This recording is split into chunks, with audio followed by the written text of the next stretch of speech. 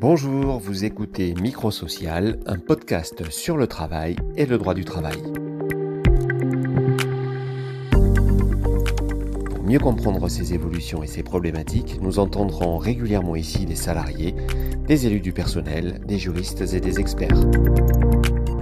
Troisième épisode aujourd'hui, nous vous parlons d'un métier plutôt rare et donc assez peu connu, directeur. Mais attention, directeur d'un genre particulier, puisqu'il s'agit ici de diriger un CSE, un comité social et économique.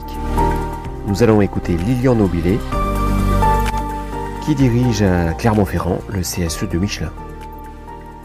Cet entretien a été réalisé avant le 11 mai.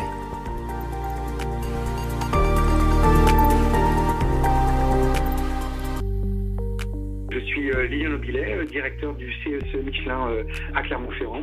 Je dirige cette structure depuis 4 ans maintenant, après un parcours essentiellement de dirigeant dans le secteur associatif et l'éducation populaire. Qu'est-ce qui vous a amené au CSE de Michelin ? Une série de coïncidences. En fait, avant d'être directeur du CSE Michelin, j'étais directeur d'une association du réseau Sésame. Donc j'étais directeur de Sésame Auvergne, qui est une association de comités d'entreprise et qui a la particularité d'être hébergée par le CSE Michelin. Donc le secrétaire a repéré et apprécié le travail que je faisais pour les CE quand je dirigeais cette association, et quand le directeur précédent a fait valoir ses droits à la retraite, il m'a incité à candidater au poste. Donc auprès de il y avait une agence de recrutement, et j'ai passé sous les filtres du recrutement pour prendre la direction du CSE.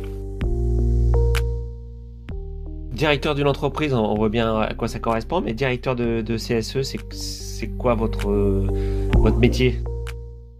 C'est très comparable en fait à un directeur d'une structure d'économie sociale comme une coopérative ou plus spécifiquement une association.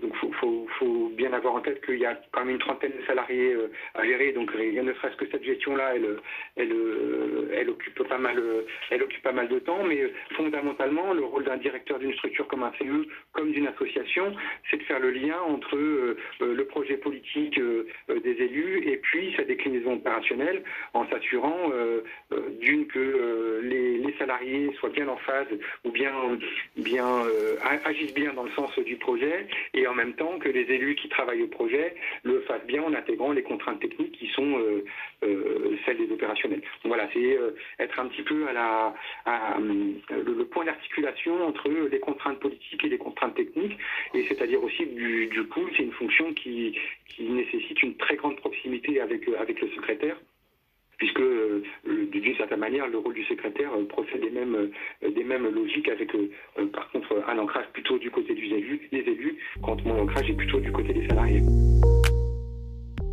C'est quoi votre formation au départ ? J'ai un bac plus 5 en recherche-action.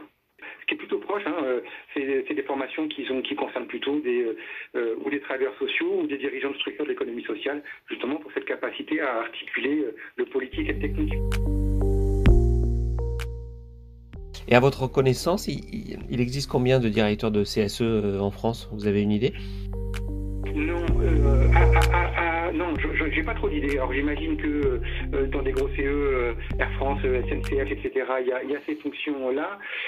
Mais des gros CE que j'ai pu rencontrer, on a plutôt, il n'y a pas de fonction de direction. Donc c'est une fonction qui est assumée directement par les élus, alors ce qui permet un meilleur contrôle des élus sur le technique, mais qui, je pense, n'est pas sans poser certains problèmes, parce que je pense que c'est un métier quand même.